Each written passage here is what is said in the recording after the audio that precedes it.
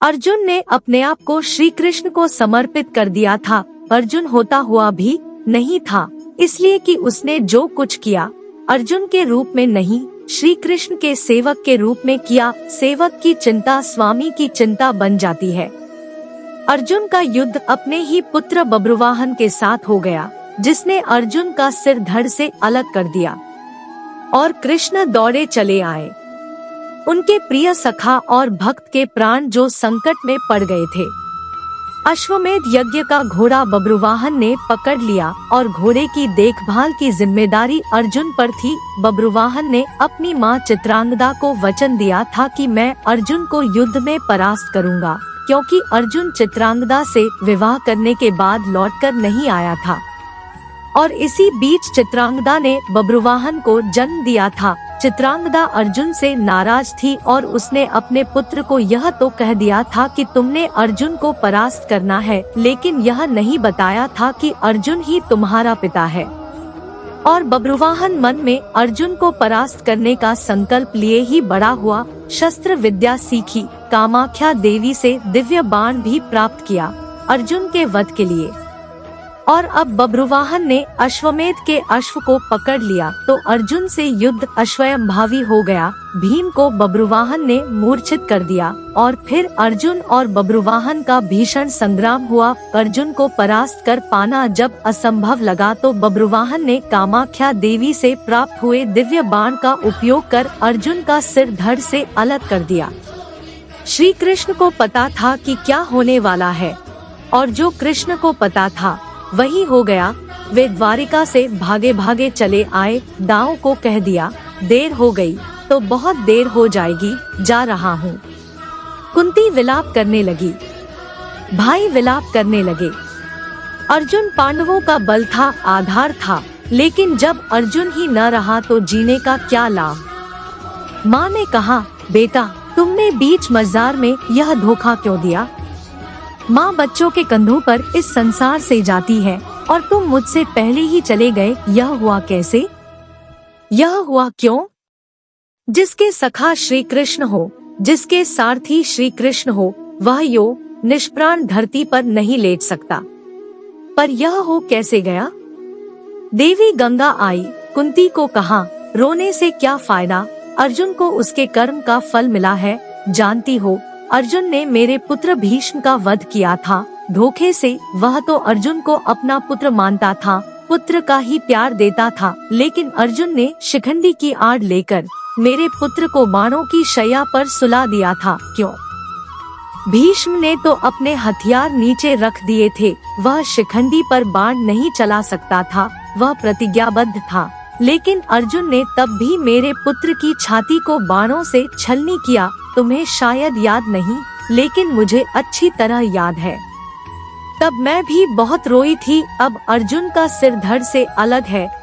बब्रुवाहन ने जिस बाण से अर्जुन का सिर धड़ से अलग किया है, वह कामाख्या देवी माध्यम से मैंने ही दिया था। अर्जुन को परास्त कर पाना बब्रुवाहन के लिए कठिन था।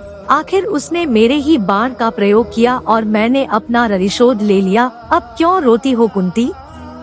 अर्जुन ने मेरे पुत्र का वध किया था और अब उसी के पुत्र ने उसका वध किया है। अब रोने से क्या लाभ।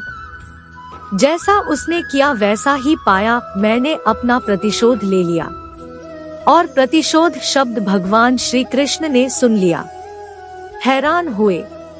अर्जुन का सिर धड़ सा अलग था और गंगा मैया भीष्म की माँ अर्जुन का सिर धड़ से अलग किए जाने को अपने प्रतिशोध की पूर्ति बता रही है।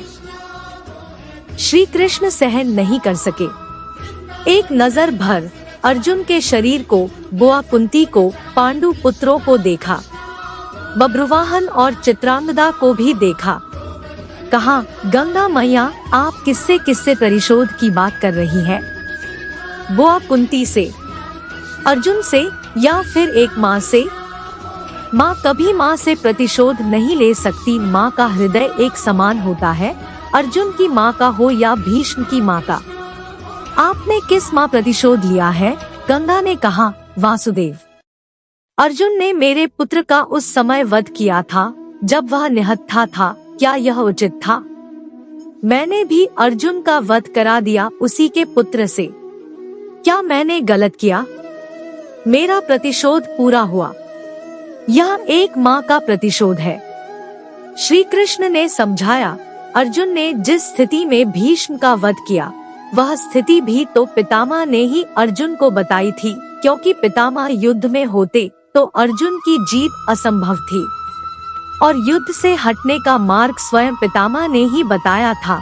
लेकिन यहाँ तो स्थिति और है। अर्जुन ने तो बब्रुवाहन के प्रहारों को रोका ही है, स्वयं प्रहार तो नहीं किया, उसे काटा तो नहीं।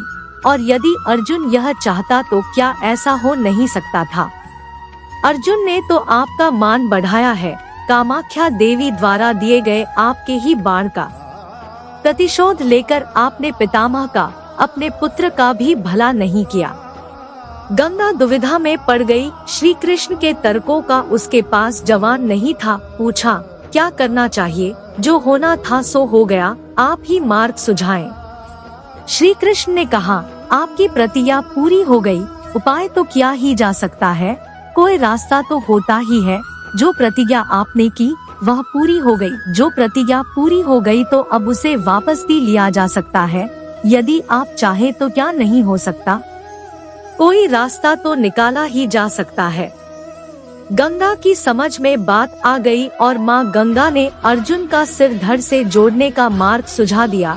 यह कृष्ण के तर्कों का कमाल था, जिस पर श्री कृष्ण की कृपा हो, जिसने अपने आप को श्री कृष्ण को सौंप रखा हो, अपनी चिंताएं सौंप दी हो, अपना जीवन सौंप दिया हो, अपना सर्वस्व सौंप दिया हो। उसकी रक्षा के लिए श्री कृष्ण बिना बुलाए चले आते हैं।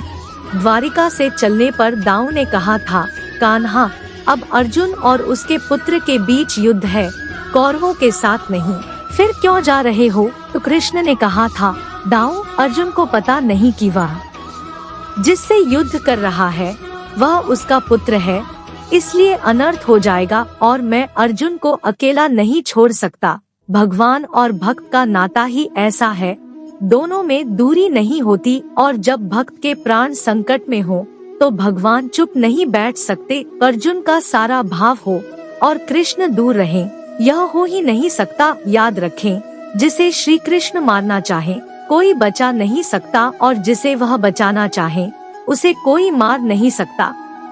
अर्जुन और श्री कृष्ण है ही एक नर और नारायण।